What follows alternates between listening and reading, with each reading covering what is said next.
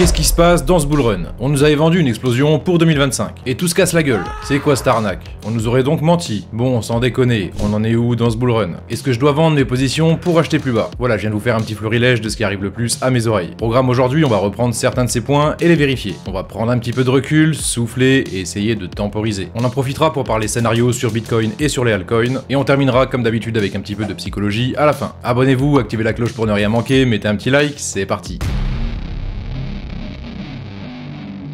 On l'a dit, on va reprendre quelques points qui me semblent essentiels. Et ce premier point, c'est que tout est en train de se casser la gueule. Eh bien, on va vérifier sur le graphique sur Bitcoin. Le tout est en train de se casser la gueule, j'imagine que c'est le dernier rejet des 100 000 $ avec le petit dump très gentil que vous voyez sur l'écran. Disons qu'en l'état, c'est gentil, et le terme se casser la gueule, c'est un petit peu fort. Qu'est-ce que j'entends par là? Eh bien, pour que ça se casse la gueule, il faudrait déjà que ça se casse la gueule. On va dézoomer un petit peu le schéma tout doucement, et je vais vous poser une question très simple. Qu'est-ce que vous voyez? Est-ce que ce que vous voyez ici, ça a l'air de cracher? Allez, fin du suspense. Bien sûr que non. On peut même factuellement dire qu'on est sur des points hauts actuellement historiques, et que la tendance long terme est factuellement haussière. On observe certes la volatilité qui est propre à Bitcoin, mais clairement, en l'état, la seule chose qu'on peut dire, c'est que ça monte. Alors par pitié, avant d'utiliser des termes inappropriés, pensez à dézoomer vos graphiques. Ça permet de prendre le recul nécessaire et d'arrêter de paniquer. On l'a déjà dit, Bitcoin est fondamentalement voué à s'apprécier, et il n'y a clairement aucune raison de paniquer en l'état. On est juste actuellement sous la résistance logique des 100 000 $, et on ne s'attendait pas à la passer si facilement que ça. On a d'ailleurs fait une vidéo spécifique là-dessus, une vidéo qui s'appelait modestement le mur des 100 000 $. Je vous la remettrai en fin de vidéo pour ceux qui ne l'ont pas vu. Bon, ce niveau des 100 000 $, qu'est-ce qu'on en fait? Est-ce qu'on va le passer? Et si oui, quand? Pour voir ça, on va se remettre sur Bitcoin Daily. On avait émis 2 scénarios sur Telegram et on va regarder ça tout de suite. C'était le post du 28 décembre et on disait « C'est maintenant ou jamais si on veut clôturer l'année au-dessus des 100 000 $. Reste 4 jours pour envoyer un message fort. Dans l'éventualité où le support vert venait à lâcher, on ira possiblement chercher le scénario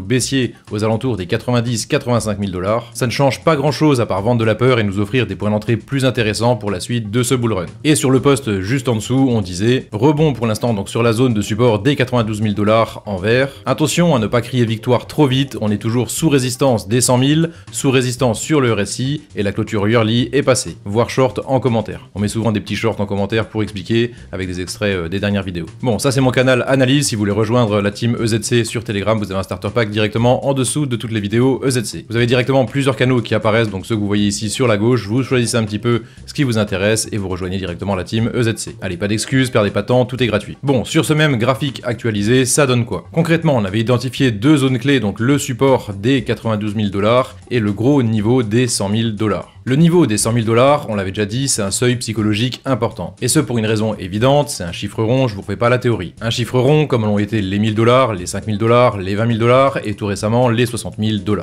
On va pas réinventer la roue, le marché c'est d'abord des intervenants. Des intervenants qui sont humains et normalement dotés d'un cerveau. Et un cerveau, ça aime bien les chiffres ronds. C'est donc sans surprise que ce niveau des 100 000 $ nous a donné actuellement la résistance attendue. Concernant le niveau des 92 000 $, c'est pas un chiffre rond. Mais c'est un niveau extrêmement important actuellement. Pourquoi? Eh bien car on a eu actuellement au moins 6 appuis dessus, donc 1, 2, 3, 4, 5 et actuellement donc le 6e appui sur ce gros niveau des 92 000. Alors je vais vous poser une question simple. À votre avis, qu'y a-t-il en dessous de ces 6 derniers lows? Eh bien je vous le donne en mille, tous les SL des gens qui jouent la hausse avec une cascade de liquidation à venir. Ça c'est juste du bon sens technique, mais ça se vérifie. Pour ça on passe sur la heatmap de Bitcoin qu'on va passer en 3 mois pour y voir plus clair. Sur cette heatmap, on observe simplement les derniers lows donc qu'on vient de présenter donc sur Bitcoin, donc actuellement sur les niveaux des 92 000 $, et qu'est-ce qu'on voit donc juste en dessous? Cette grosse ligne jaune, donc c'est la plus grosse ligne jaune du schéma qui nous saute aux yeux. On peut compter un petit peu le nombre de liquidités qu'on a dessus, donc on est sur voilà 120 millions, 278 millions, 172 millions, 57, 100, 110, 100 millions. Donc à la louche, on va arrondir, on est sur un bon gros milliard de dollars, donc de liquidation à venir, si on venait à break ce niveau des 92 000 $. Est-ce que le marché va se priver d'y aller? Tout est toujours possible en crypto, mais disons que c'est la porte à côté. Ce serait dommage de s'en priver. Un peu plus de peur et une réelle douleur, ça vous tente? Parce qu'en soi, si vous êtes déjà en souffrance à ce niveau-là de l'aventure, dites-vous qu'on n'a pas encore break le niveau et qu'on est toujours dans le range. Bon, cette heatmap, elle nous dit quoi de plus? Eh bien, elle nous indique simplement les autres niveaux plus bas. On trouve le niveau des 85 000 $ à ce niveau-là, avec un gros trou d'air juste en dessous. Est-ce que ça pourrait nous faire une bonne zone de rebond? Eh bien, carrément, et c'est un gros scénario à envisager. On va repasser sur le daily juste après. près. Plus bas, on retrouve le niveau des 80 000 $ avec un petit peu de liquidité à aller chercher. Et juste en dessous, on a le gros niveau des 75 000 $ qu'on avait désigné comme étant le niveau protégé. Le niveau en dessous duquel, normalement, on ne redescendra plus. Est-ce qu'on va aller aussi bas? C'est possible à envisager, mais de mon côté, je pars pas sur ce scénario. Ce serait trop beau, faut pas rêver. Et puis si ça venait à arriver, pour les gens en spot relax comme nous, ce sera juste l'occasion de déployer les dernières poches de cash disponibles pour acheter des niveaux de peur extrême. Bon, comme ça, on a nos différents niveaux pour la suite. Les 90 000 avec un max de liquidité à aller chercher, les 85 pour zone de rebond potentiel, les 80 plus légers et les 75 comme étant le niveau protégé. Bon, on repasse maintenant sur Bitcoin Daily. Concrètement, on a eu un beau fake out au-dessus des 100 000 $. De quoi s'enflammer pour les plus émotifs d'entre nous avec une belle bougie verte qui explose directement le niveau. Et bim, c'était seulement une prise de liquidité et juste derrière, on a une grosse bougie de ravalement daily qui vient reprendre directement le niveau et rebreak donc cette résistance des 100 000 $ par le bas. D'où les questions habituelles, qu'est-ce qui se passe, c'est quoi ce dump, pourquoi mon portefeuille altcoin est à moins 50%. Ça c'est juste quand on met trop de gens pressés et inexpérimentés au même endroit. Y a pas de mal après tout, l'expérience vient avec le temps, ça prend juste un cycle ou deux. Bon, on avait placé deux scénarios sur Telegram et c'est toujours les mêmes. J'ai simplement décalé les deux flèches donc qui avaient été placées au préalable. La première c'est le niveau des 92 000 qui tient et qui nous donne un énième rebond. Le second scénario, je vous le donne en mille, c'est celui où on break ce fameux niveau des 92 000 $ et où on va chercher un petit peu de liquidité en dessous. On l'a dit un petit peu plus tôt, il y a beaucoup trop de SL à aller chercher vraiment en dessous de ce niveau et à mon avis le marché ne va pas se priver. C'est ça le but de ce marché, aller chercher, comme on l'a déjà dit, un maximum de liquidité. Donc dans le second scénario, on va chercher les niveaux un petit peu en dessous. C'est quoi les niveaux? Eh bien c'est simplement les niveaux qu'on a donnés un petit peu plus tôt donc dans cette vidéo, le niveau des 90 000 $, le niveau des 85 000 $ et dans un cas vraiment extrême, le niveau en dessous des 80 000 $. Ce second scénario, il est appuyé par la ligne sur le RSI en daily. On avait break dernièrement cette première ligne sur le RSI pour nous dire non pas qu'on allait cracher, mais qu'on allait possiblement respirer un petit peu. Et à partir de ce moment-là, on a pu tracer une deuxième ligne qui nous a poussé à la vigilance. C'est ce qu'on disait donc sur le post sur Telegram. Attention à ne pas crier trop vite, on est toujours sous résistance des 100 000, sous résistance sur le RSI et la clôture yearly est passée. Eh bien, cette résistance oblique, donc au préalable, elle était placée comme ça. On a eu un petit fake out au-dessus sur le passage ici des 100 000, ce qui nous a permis de la décaler un petit peu. Donc cette ligne, je vous le donne en mille, plus on va la tester, plus elle va gagner en validité. Et plus le signal qu'elle nous donnera lors de son breakout sera puissant. On peut attendre logiquement encore un retest donc de cette ligne et on aimerait bien encore break le niveau pour aller chercher vraiment la zone basse ici sur le RSI, disons sous les 40. Cette zone nous donnera un niveau de rebond potentiel pour pouvoir reprendre les choses là où on les a laissées et pour pouvoir reprendre potentiellement le bull run. Donc pas de panique, si douleur il doit y avoir, dites-vous que ça n'a possiblement pas encore commencé. Mais jusqu'ici tout va bien. Bon, la suite des événements c'est quoi? On y arrive mais on doit faire une petite annonce avant. Les chapitres sont en dessous comme d'habitude si vous n'avez pas le temps. Les amis, vous êtes beaucoup à nous demander sur quel exchange aller. Vous le savez, on met en avant BingX depuis longtemps et pour une raison évidente. Les conditions proposées par EZC sont incroyables. Mais on dit souvent qu'il faut répartir ses actifs sur plusieurs exchanges. Pour ceux qui y étaient, rappelez-vous de FTX. Bon, sans détour, si vous cherchez un deuxième ou un troisième exchange, je vous invite à ouvrir un compte sur Bluefin. La raison est très simple, si vous ouvrez un compte avec le lien EZC, vous bénéficiez de 50% de remise sur vos frais de trading. Ouais, vous avez bien entendu, 50%. Clairement, c'est du jamais vu. On remercie Xav, le directeur commercial qui nous a négocié ça. Je suis de mon côté en train de transférer une petite partie de fonds dessus et je vous ferai un tutoriel si nécessaire sur la plateforme. Bon, qu'on soit bien d'accord, on n'est pas sponsorisé ni payé pour dire ça. Vous en faites ce que vous voulez. Si vous voulez prendre les 10% de Julien Roman, ça vous regarde. J'ajoute qu'exclusivement avec le lien EZC et jusqu'au 17 janvier, vous bénéficiez d'un cashback de 15% sur votre dépôt en futur. Par exemple, si vous déposez 100 $, on vous file 15 $ pour trader. Pas de KYC, toutes les paires disponibles, 3 minutes pour créer un compte et c'est parti. Bref, j'en rajoute pas si ça vous intéresse, premier lien en description et en commentaire épinglé. On repasse comme convenu sur la suite des événements. Et pour ça, quoi de mieux que notre bon vieux plan monthly long terme. On va pas tergiverser longtemps dessus, on en parle dans toutes les vidéos depuis 3 ans. Bon, la suite des événements, c'est quoi? Eh bien, c'est de continuer ce fameux bull run qu'on a déjà si bien commencé. Comme on l'a dit, on fait une pause actuellement sur le gros niveau clé des 100 000 $. 100 000 $, ce qui est déjà en soi incroyable. Pour rappel, on arrive des 100 000 $, donc en janvier 2023, il y a exactement 2 ans. Bon, pourquoi je pense qu'on n'a pas fini de monter? Eh bien, parce qu'on n'est simplement pas encore entré sur la zone de surachat sur le RSI. La zone de surachat, c'est la zone grise qui avait déjà été placée il y a longtemps. C'est cette zone qui nous a donné les tops de marché directement sur les 3 derniers cycles. Et tant qu'on n'est pas encore rentré dans cette zone, on s'en tient au plan. En fait, il y a plein d'autres raisons qui me laissent penser qu'on n'a pas fini de monter, mais c'est pas l'objet de la vidéo d'aujourd'hui. On fera une vidéo spécifique sur cette question, donc dans la prochaine ou celle d'après. Pour rappel, les targets moyens donc pour cette zone d'euphorie, ça se passe aux alentours des 120 000 $. Qu'on se le dise bien, jusqu'ici, c'est seulement pure spéculation. Ça peut être plus, ça peut être moins, on peut même mécher beaucoup plus haut. Pour l'instant, comme on l'a dit, c'est trop tôt pour le dire, et on attend de voir ce que cette année 2025 nous réserve. On va revenir maintenant sur les deux scénarios court terme, et spécifiquement le scénario baissier du début de vidéo. Et pour ça, il faut que je vous remonte un truc que je vous avais déjà expliqué il y a quelques mois. Ce truc, c'est l'impact des élections aux États-Unis, et c'est l'occasion de faire un petit checkout. Je vous remets le graphique long terme sur Bitcoin et on va faire apparaître donc les élections et les inaugurations des présidents aux États-Unis. Bon, on attendait un pump à la dernière élection et disons que jusqu'ici on n'a pas été déçu du résultat. Ça a pété tout droit jusqu'aux 100 000 $ et c'était que du bonheur. Mais comme vous le savez, il se passe un délai entre l'élection et l'investiture. Pour l'investiture de Trump, ça se passe le 20 janvier dans une bonne semaine. Et qu'est-ce qu'il se passe historiquement à l'investiture? Eh bien, sur les deux dernières fois, ça a dump juste derrière. Sur l'élection de 2016,